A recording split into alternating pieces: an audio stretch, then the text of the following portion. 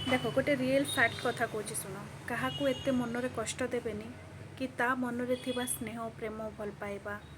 सम्मान सबकि चलीज सेमती केबेले करेनि हुए तो तुम पाखरे अच्छी तुम ताको साहाय्य करुच ता माने नुहे जे ताको एते कष्ट दब तार किसी परिस्थिति खराब अच्छी समय खराब चलती से तुम पाखरे रही तुम कथा शुणुची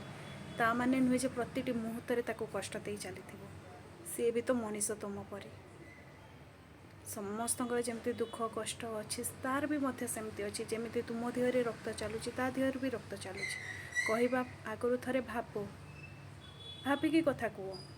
हुए तो तुम ठार सान हो पारे हुए तो तुम ठार पैसा कम हो पारे हुए तो पाखे धन संपत्ति सेमती औकात न थाई पारे किंतु ता पाखे गोटे छोट जीवन अच्छी सहित ता सांगे गोटे छोट इज्जत अच्छी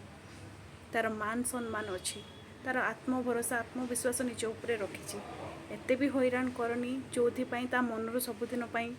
तुम प्रति थिबा स्नेह प्रेम भल पाइबा सम्मान सबकि लिभेदब।